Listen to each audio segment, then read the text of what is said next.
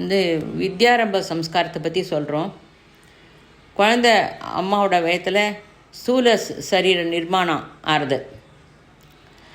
அந்த டைம் வந்தாச்சுனாக்கா அம்மாவோட கர்ப்பத்திலேருந்து பூமி தாய் மடியில் வந்துடுறது. இந்த இதுக்கு கிரகத்துக்கு ஏற்றாப்பில் அனுகூலமாக ஸ்தூல சூஷ்ம காரண சரீரத்தில் உருவாகிருக்கு. அது குழந்தை பிறந்த உடனே இப்போ தன்னை நினைவுபடுத்திக்கிறதுக்கு, தன் பெயரோடு நினைவுபடுத்திக்கிறதுக்கு நாமகரண சம்ஸ்காரம். அது தன்னுடைய லட்சிய சாதனைக்கு இந்த நிகழ்ச்சி ரொம்ப முக்கியமானது. அடுத்தது அன்னப்பிரசாதம் சம்ஸ்காரம். 6 மாதம் ஆனோடனே இது கோயிலில் அழைச்சின்னு போய் அது ஒரு அன்னப்பிரசாத சம்ஸ்காரமாக பண்ணுவாள்.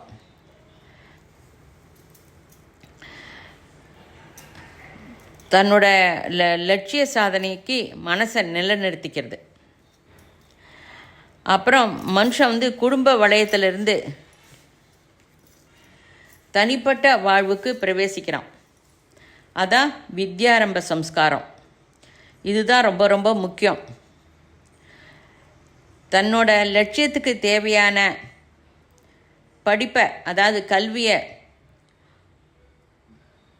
கற்றுக்கிறதுக்கு சொல்லித்தரும் சம்ஸ்காரம்.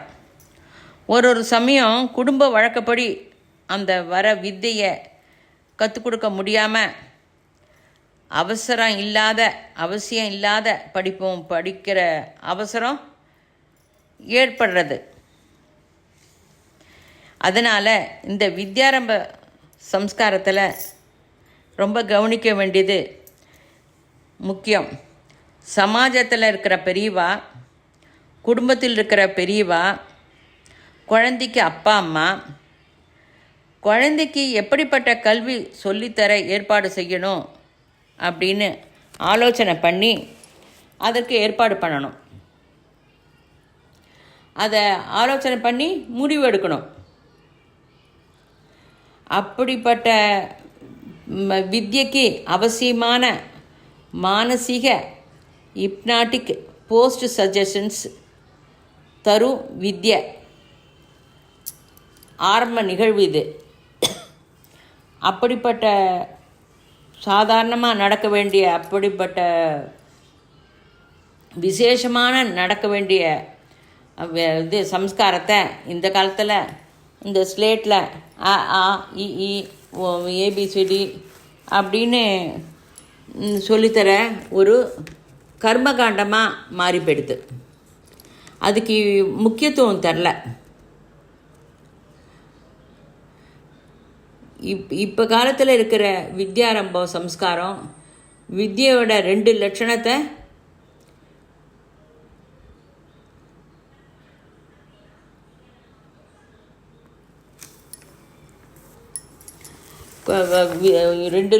தர மறந்துடுத்து.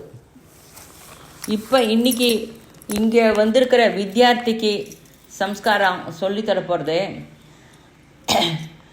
இதுக்கு 2 ரொம்ப முக்கியமான லட்சணம் வரத்துக்கு நிர்ணயம் செஞ்சுட்டுருக்கோம். ஃபஸ்ட்டு நிர்ணயத்தில் அப்பா அம்மாவோட பாத்தியதை, ஃப்ரெண்ட்ஸோட பாத்தியதை, குடும்பத்துக்கு அப்பப்போ வந்துட்டு போகிறவாளோட பாத்தியதை, இதெல்லாம் ரொம்ப அதிகமாக இருக்குது. அவளோட ரெஸ்பான்ஸு இந்த குழந்தைக்கு ரொம்ப தேவைப்படுறது. இந்த சம்ஸ்காரத்தில் உள்ளவா எல்லாருமே, வந்தவா எல்லாருமே குழந்தைக்கு ஆசீர்வாதம் பண்ணணும். அது ரொம்ப ரொம்ப ரொம்ப முக்கியம். ஆசீர்வாதம் அப்படின்னா உன்னோட சம்ஸ்காரமாக நீ படிக்கிற படிப்புக்கு நான் உன்னை நினைவுபடுத்திட்டேன். எந்த லட்சியத்துக்காக இந்த சம்ஸ்காரம் நீ பண்ணுறியோ அது உனக்கு நன்னா பலன் அளிக்கும். என்னால் முடிந்த சகாயம் உனக்கு பண்ணுவேன் அப்படின்னு வாக்தானம் அவள் ஆசீர்வாதம் பண்ணி கொடுக்குறா.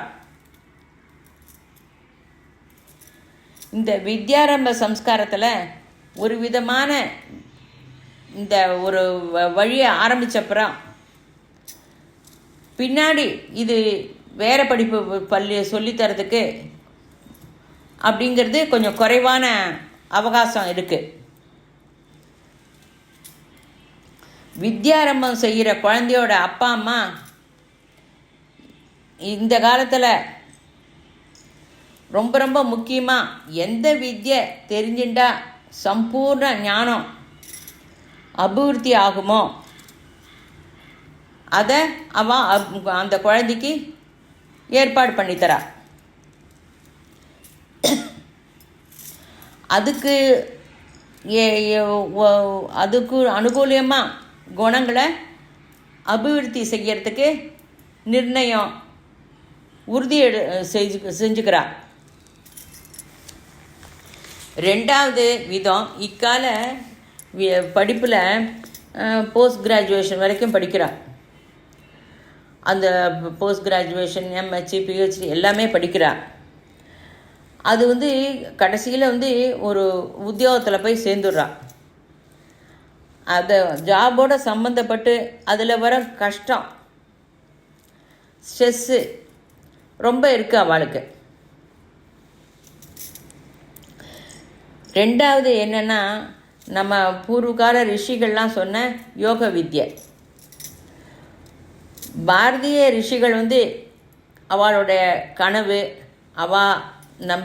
நம்மள்கிட்ட எதிர்பார்க்கறது, அதை அந்த ரிஷிலாம் வாழ்ந்து காட்டி நமக்கு சொல்லித்தரா. இந்த வித வித்யக்கு 2 லட்சணம் ரொம்ப முக்கியம் வேணும். ஒன்று வினயம். வினயம் அப்படிங்கிறதுக்கு ரொம்ப ஆதாரமாக நிற்கிறது நியூட்டன். 17th செஞ்சுரியில் அவர் எழுதியிருக்கார் புக்கு. அவர் எல்லா லைன்லேயும் ஞானம் பாண்டித்யம் இருக்குது. அவர் எழுத சயின்ஸு வைத்தியத்தை பார்க்கணும்.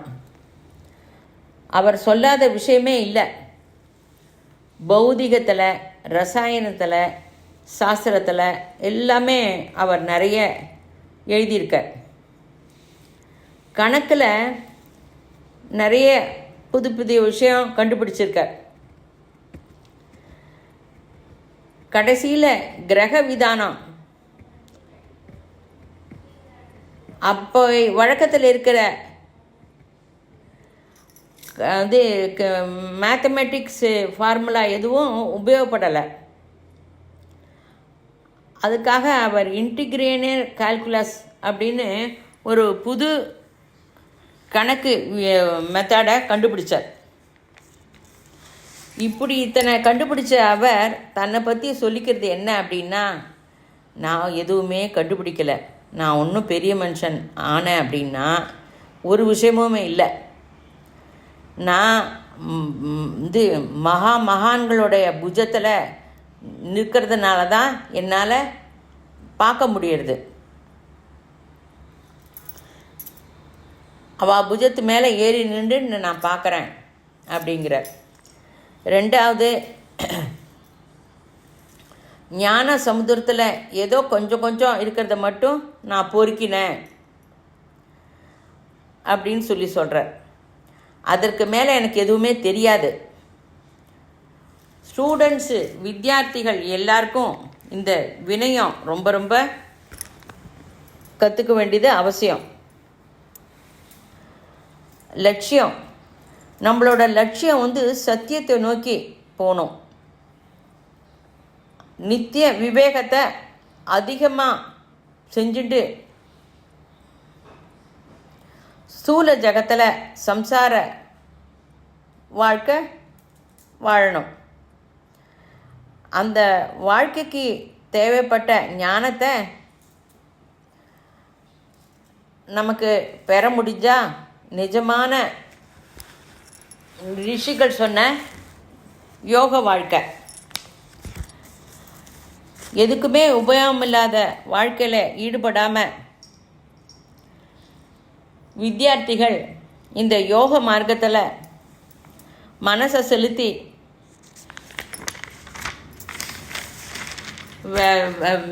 வித்தியை கற்றுக்கணும்.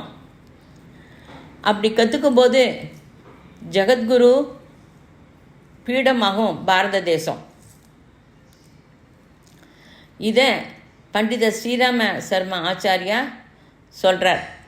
அப்படி நிச்சயமான நிகழ்வு வரப்போகிற காலத்தில் நடக்கும் அப்படின்னு சொல்கிறார்.